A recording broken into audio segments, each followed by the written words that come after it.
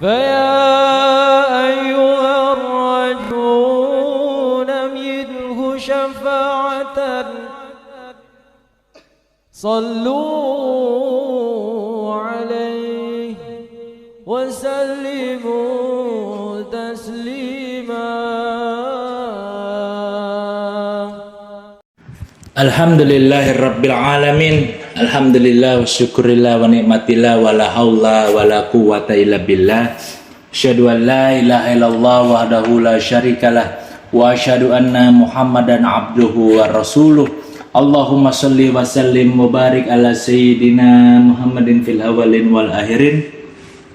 Wa shalli wa sallim wa barik ala sayyidina Muhammadin fi kulli waqtin wa hin. Wa sholli wa sallim wa barik ala sayyidina Muhammadin fil malaila la yaumiddin.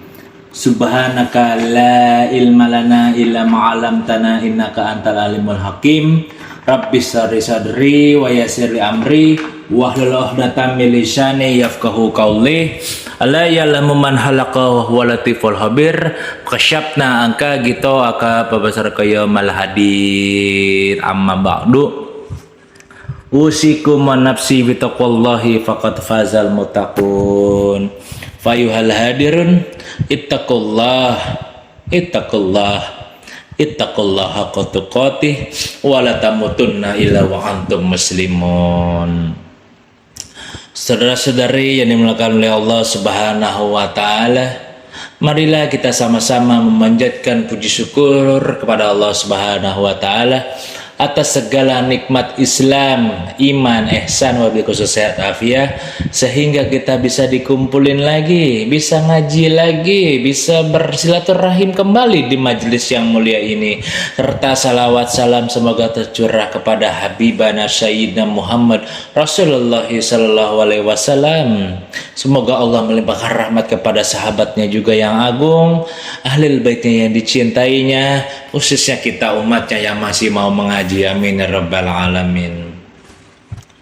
Saudara-saudari yang dimuliakan oleh Allah Subhanahu wa taala, tak lupa juga kita berterima kasih pada guru-guru kita, guru-guru di sekolah, wabil khusus guru-guru di madrasah, di masjid, di musola, di langgar, bahkan di majelis taklim yang ngajarin kita ilmu agama pelan-pelan dengan ikhlas, sabar, supaya mereka dan kita yang diajar dan mereka yang mengajar diampuni segala dosa-dosanya, dihapuskan segala hilaf-hilafnya, amal ibadah kita yang tidak seberapa, semoga Allah Subhanahu wa taala mau menerimanya. Amin ya rabbal alamin. Saudara-saudara yang dimuliakan oleh Allah Subhanahu wa taala, alhamdulillahirabbil alamin. Pada malam hari ini kita sudah di pertengahan bulan Sya'ban yang insya Allah semoga kita semua bisa bertemu dengan bulan mulia yakni Ramadan. Alhamdulillahirabbil alamin gitu. Seharusnya di bulan Sya'ban ini kita sudah nyiram, seharusnya. Di bulan Rajab kemarin kita sudah nanem, nanti di bulan Ramadan kita tinggal metik seharusnya. Gitu. Karena kalau Rajabnya sudah kita persiapkan, insya Allah Sya'bannya makin kita persiapkan. Insya Allah Ramadan juga makin kita persiapkan. Saudara-saudara yang dimuliakan oleh Allah Subhanahu wa taala, pada malam hari ini kita juga masih mengaji kitab Al-Hikam karangan Syekh Ibnu Taimiyah Sekandari, yang dimana beliau merupakan mursyid ketiga di dalam Thariqah Saziliyah gitu. Yang beliau merupakan murid daripada Syekh Abbas Al-Mursyid gitu. Yang hari ini kita sudah memasuki pasal 18 sampai 23, kurang lebihnya sama tuh, sampai 23 kurang lebihnya sama, 8 sampai 23. Kalau nggak ada kita mulai. Bismillahirrahmanirrahim. Al-hikmah minal hikamil atawiyah qala al-imam al-alama Ribillah Syekh Ahmad ibn Muhammad ibn Athaillah Sekandari rahimahullahu ta'ala wa nafa'ana bihi wa bi barakatihi wa bi ulumi. Qala Syekh kaifa yatasawwaru ayyahjubahu syai' wa huwa allazi zahara fi kulli syai' wa kaifa tasawwaru ayyajubahu syai' wa huwa allazi zahara li kulli syai' wa kaifa tasawwaru ayyajubahu syai' wa huwa zahir qabla wujudi kulli syai' wa kaifa tasawwaru ayyahjubahu syai' wa huwa azharu min kulli syai' wa kaifa tasawwaru ayyahjubahu syai' wa huwa al-wahidul ladzi laisu ma'ahu syai' wa kaifa yatasawwaru ayyajubahu syai' wa huwa aqrabu ilaiki min kulli syai' wallahu alam bisawab. Segitu dulu yang kita jelasin. Itu 18 sampai 23 tuh kurang lebih sama tuh. 18 sampai 23. Saudara-saudara yang dimuliakan oleh Allah Subhanahu wa taala, sesungguhnya Allah itu tidak terhijab oleh apapun, baik dari segala arah, segala tempat, segala waktu, apapun. Sesuatu itu Allah tidak bisa terhijab gitu. Allah itu zohir, jelas, nyata gitu. Al-khaliqu dalilu ala Allah. Ciptaan itu atau makhluk itu adalah bukti adanya Allah Subhanahu wa taala gitu. Al-kisah manusia itu sering merenung. Dia akan bertanya kepada batinnya atau dalam dirinya, siapakah aku? Gitu. Itulah jati diri ente. Ente bakal mencari siapakah penciptaku gitu. Ini kayak HP aja, HP iPhone, Samsung, Vivo, Oppo. Pasti ada yang nyiptain. Lebih-lebih yang nyiptain HP Oppo, manusianya pasti ada juga yang menciptakan. Siapa yang menciptakan? Analoginya bisa begini dah. Kalau kita melihat roket, kita takjub dengan kepintaran orang yang menciptakan roket. Tapi ada juga yang takjub kepada roketnya, bukan penciptanya. Gitu. Ketika kita melihat pemandangan yang indah, ada dua jawaban. Yang kita lihat itu yang pemandangannya atau sang pencipta pemandangan tersebut gitu. Banyak orang-orang di dunia ini, bahkan bisa jadi saya pribadi, yang takjub dengan makhluk yakni dunia, tanpa pernah sadar siapa yang menciptakan dunia ini gitu. Ketika kita masih terhijab oleh dunia, maka dunia ini akan semakin dekat dengan kita. Siapapun manusianya yang tidak minta tolong dengan Allah akan terhijab oleh dunia. Siapapun. Karena cinta dunia itu jelek, mengikuti hawa nafsu. Yang boleh itu senang dengan dunia, bukan cinta, tapi senang aja, senang. Aduh. Ulama warasatul anbiya, ulama ialah pewaris nabi. Itu dipandang mereka semua, diawasi oleh Allah Subhanahu wa taala karena musyahadah sifatnya sudah dapat dia. Allah Maha Basyirun, Allah Maha Syami'un, mendengar melihat. Gitu. Allah Maha mendengar melihat, mengawasi kita, gerak-gerik kita. Gitu. Yang bersifat dunia itu pasti hancur atau habis, sedangkan yang kekal itu akhirat gitu. Sedangkan hidup kita saudara-saudara di dunia ini pengen akhirat apa dunia, gitu aja lah gitu. Jika kita lebih memilih akhirat ketimbang dunia, lantas timbul pertanyaan, bagaimana cara kita dekat dengan Allah? Kan begitu ya. Bagaimana kita bisa dekat dengan Allah? Karena manusia ada dua, ada yang fana, dia memilih dunia, ada yang bako, dia memilih akhirat gitu. Jika kita memilih akhirat, tentu kita akan bertanya kepada diri kita bagaimana cara kita dekat dengan Allah Subhanahu wa taala. Tidak lain tidak bukan jawabannya ialah dengan banyak-banyak bersujud. Fasajada, bersujudlah kepada Allah Subhanahu wa taala seperti sujudnya Adam kepada penciptanya. Begitu. Ada hadis riwayat dari Muslim, Abu Dawud, dikatakan qala Muhammadur Rasulullah sallallahu alaihi wasallam,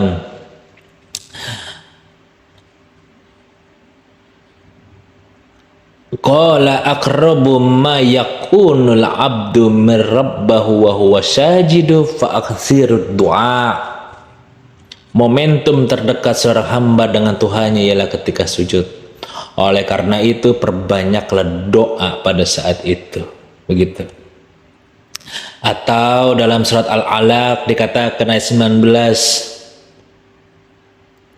kalla la tu'i'u wasjud waqtarib. Sekali-kali tidak, janganlah kau patuh kepadanya dan sujudlah serta dekatkanlah dirimu kepada Allah Subhanahu wa taala. Itu sujud. Baru kita bahas nih di papan tulis pelan-pelan. Pengertian sujud. Sujud yang pertama ialah sujudnya anggota badan terhadap kita. Sujudnya anggota badan. Anggota badan kita sebenarnya sudah tunduk kepada Allah Subhanahu wa taala dari awal sampai akhir. Atau dari awal kita hidup sampai hari kiamat nanti. Sudah tunduk dia. Yang pertama contohnya rambut sujud kepada Allah. Dari awalnya hitam menjadi putih atau berubah. Yang nomor 2, kulit bersujud kepada Allah. Dari awalnya kencang jadi keriput gitu. Yang nomor 3, mata juga. Yang tadinya sehat-sehat, lama-lama minus, plus, bahkan silinder, bahkan bisa mengalami kebutaan. Yang nomor 4, gigi pun ikut sujud kepada Allah Subhanahu wa taala. Gigi yang tadinya lengkap tiba-tiba hilang satu-satu, bahkan ada yang ompong kayak Mas Doni itu, ompong yang belakang udah ompong gitu. Coba dibayangin, baru 4 itu di anggota badan kita. Ada yang bisa nahan untuk tidak tua. Ada yang bisa nahan untuk mata selalu awas. Apakah ada yang bisa nahan kulit selalu kencang? Apakah ada yang bisa nahan gigi selalu utuh? Tidak, saudara-saudara. Coba direnungin pelan-pelan. Semuanya sujud kepada Allah Subhanahu wa taala. Karena sujud itu memiliki makna tidak hanya bersimpuh badan, tapi lebih jauh lagi maknanya ialah tunduk atau takut mereka semua itu. Wabil khusus contohnya pendengaran kita sebenarnya tunduk ketika mendengar azan. Itu karena dapat hidayah kita bisa mendengar, tapi akan tetapi ketika menjalankan sholat atau tidaknya itulah taufik. Pertolongan Allah tidak ada kepada kita. Kita hanya bisa mendengar azan. Bila mana kelamaan kita mendengar tapi tidak menjalankan, bisa jadi suatu saat Allah akan memutus pendengaran kita dan kita tidak bisa mendengar sama sekali azan. Nauzubillah min dzalik gitu. Itu yang pertama tuh. Yang nomor 2 ialah sujudnya akal. Sujudnya akal. Sujudnya akal bagaimana sujudnya akal tuh? Coba sujudnya akal bagaimana tuh? Sujudnya akal ialah akal pun tunduk Pak Ibu kepada Allah Subhanahu wa taala. Dengan akal manusia itu dituntut untuk bisa berpikir yang jernih. Akal itu sangat penting dalam kehidupan manusia, tapi akal itu juga liar kalau kita tidak menjaganya. Wabil khusus ketika kita memikirkan dunia ini lebih penting daripada akhirat, itu namanya akalnya liar. Liar dia. Lebih-lebih kita dalam hati sudah meyakini bahwa dunia itu lebih penting daripada akhirat, dia MTS, musyrik tanpa sadar. Gitu. Coba lihat deh, kalau akal kita nggak bisa jalan. Apa? Orang Betawi, lihat coba. Kakek-kakeknya orang punya, tanahnya di mana-mana, coba lihat. Tapi cucunya kontrak. Karena apa? Tidak diajarkan ilmu agama, akalnya jadi liar. Iya, nomor 2, ilmu skillnya, keahlian dunia tidak diajarin, tidak sekolahin. Ngapain lu tinggi-tinggi sekolah tong, katanya. Ntar banda gua habis. Akhirnya apa? Anaknya nggak ada yang sekolah, ngaji aja enggak. Ini Betawi zaman sekarang kali ya, begitu ya. Tapi kita nggak nyebut Betawi mana, gitu, karena kita orang Betawi juga, paham tuh. Akhirnya habis lama-lama harta bapaknya dimakan sama anak cucunya, gitu. Banyak kan yang jadi kontrak tuh, gitu. Coba di daerah legenda Batok Mio ada juga, apa legenda Batok Mio, gitu. Motornya legenda, batoknya Mio, gitu. Namanya legenda Batok Mio. Banyak tuh. Hati-hati kita terhadap akal. Wabil khusus contohnya kalau kita didik anak, hati-hati, akal anak kita tuh masih terbatas, pelan-pelan. Harus kita ajarin itu tentang akhlaknya dulu, gitu, kepada Allah, pada Rasulnya, orang tua, pelan-pelan. Urusan dia pinter ini, ikut ini itu urusan belakangan. Yang penting ilmu agamanya ditanamin dulu dari kecil, gitu. Yang nomor 3, sujud daripada hatinya, gitu. Sujud daripada hatinya ialah husnuzon, dikarenakan hati itu bagaikan lautan. Tapi ada satu kaidah yang mengatakan hati itu lebih dalam daripada lautan. Lautan bisa terkira tapi hati tidak ada yang tahu, begitu. Yang paling berat daripada hati atau urusan hati ialah husnuzon, baik sangka kepada sesama makhluk, gitu. Sesama makhluk dulu dah, jauh. Kalau kita pada Allah dulu mah jauh, makhluk dulu dah, gitu. Dengan orang lain mah kita harus husnuzon, tapi dengan diri sendiri kita harus suuzon, gitu. Tetangga beli TV baru, tetangga beli motor baru, tetangga beli HP baru, emasnya banyak, dia bangun rumah, kita nggak boleh suuzon. Itu orang kerjanya depan rumah terus ngopi, tapi bisa bangun rumah. Bininya cuma pergi ke pasar, tapi kayaknya setiap minggu jalan-jalan terus. Ada yang ke Bogor, ke Cibubur, ke Ustadz Rifki. Ini mah nggak nyebut nama ya. Tapi dia enak hidupnya. Lah gua katanya udah dagang, kerja, tapi duit gua habis mulu. Itu suuzon namanya, nggak boleh begitu kita, gitu. Ngeliat orang gendut, jangan suuzon. Jangan. Tapi kita harus berhusnuzon. Contohnya mungkin hidupnya senang, makanya jadi gendut. Coba dilatih deh pola pikir begitu. Lihat orang kurus, kita jangan suuzon, nggak dikasih makan, jangan. Bisa jadi lagi hemat, gitu Pak. Pelan-pelan kita. Al-Kisah, ada orang soleh yang sedang sujud. Kemudian datang seorang laki-laki yang menendang kepala orang soleh tersebut. Kemudian orang soleh tersebut terbangun dan berkata, demi Allah, wallah, taullah, Allah tidak akan mengampunimu, Allah tidak akan mengampuni dirimu.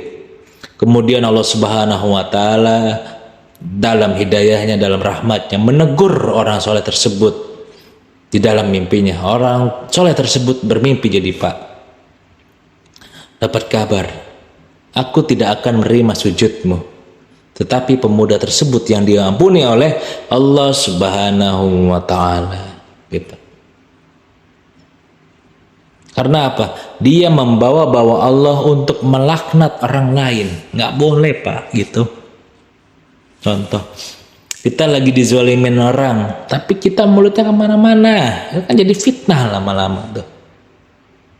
difitnah tuh lama-lama gitu.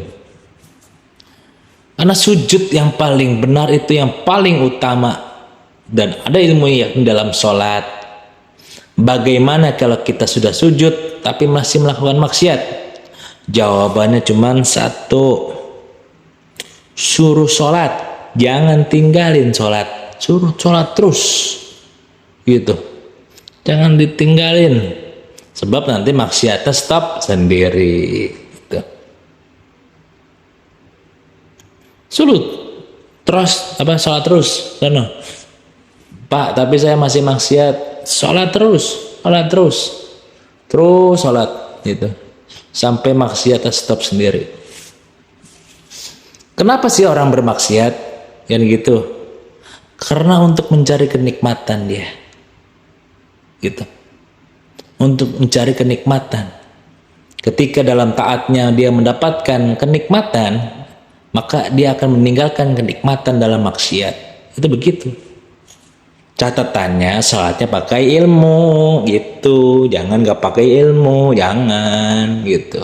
Ada kakek-kakek di belakang, imamnya muda, baca Al-Kahfi, ya gempor kakek-kakeknya, nggak bisa. Berarti kita kurang bijak gitu. Karena begini Bapak Ibu saudara-saudari yang dimuliakan oleh Allah Subhanahu wa taala, kenangan terindah selama hidup di dunia inilah ketika kita sujud kepada Allah Subhanahu wa taala. Kita sujud kepada Allah Subhanahu wa taala. Itulah yang dinamakan, kenapa mohon maaf Syekh Ibnu Athaillah Sekandari ingin mengenalkan Allah itu tidak terhijab sesuatu. Allah itu tidak terhijab sesuatu. Gitu. Dan kita mengajarkan sesungguhnya anggota badan kita, hati kita, akal kita sudah sujud pada Allah, sudah mengenal dia, sudah tunduk. Karena bagaimana ente mau tunduk kalau ente nggak kenal, kan begitu ya. Ada karyawan A terus main ke PTB, ketemu bosnya, bagaimana mau tunduk karyawan ini sama PTB? Karena dia tidak mengenal sistemnya. Begitu saudara. Gitu. Kurang lebihnya begitu. Ya mohon maaf bila mana masih kurang-kurang saya dalam mengajar, dan insya Allah bulan Ramadan akan ketemu lagi. Mungkin bulan Ramadan ini ialah yang ngajar mungkin bukan saya, yang ngajar ialah ada Ustadz Rifki, ada Ustadz Adli, Ustadz Amin dan Gus Faiz. Yang saya izin pamit. Alafu minkum wallahu alam bisawab, wabillahi taufiq wal hidayah. Assalamualaikum warahmatullahi wabarakatuh. Ilahi lastulil firdausi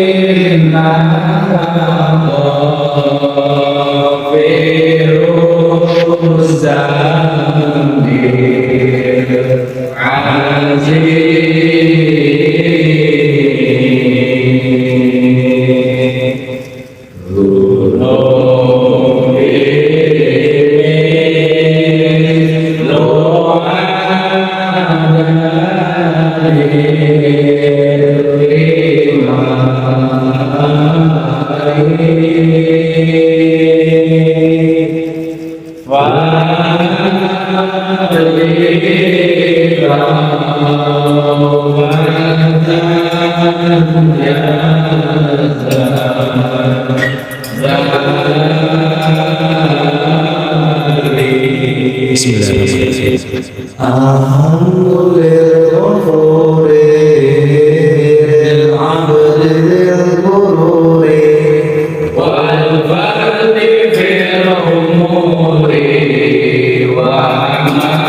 القبور وصلاة الله دواما وسلامه تماما على من يهدي إماما وللأنبياء إماما وعلى الآل الكرام والصحب كالنجوم في غرة المرام للعلو والأحلام يا ربنا كرمنا بأننا اعترفنا وإننا أشرفنا وعلى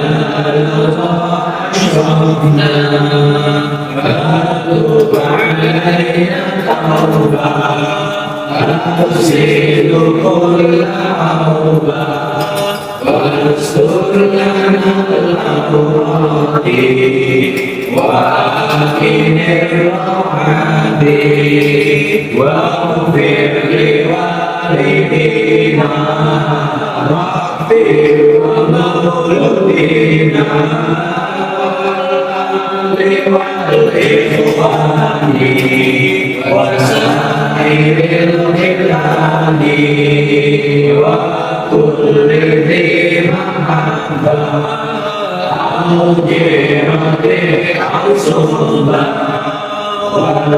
والمسلمين أجمعين آمين ربي أسمع فضلا وجودا منا على باكتساب منا المصطفى رسولي وضع بكل سوري صلى وسلم ربي عليه عند ربي وآله وصحبه ولاد العرش شعبي والحمد لله في البدع والكمال سبحان الله والحمد لله ولا إله إلا الله الله أكبر سبحان الله والحمد لله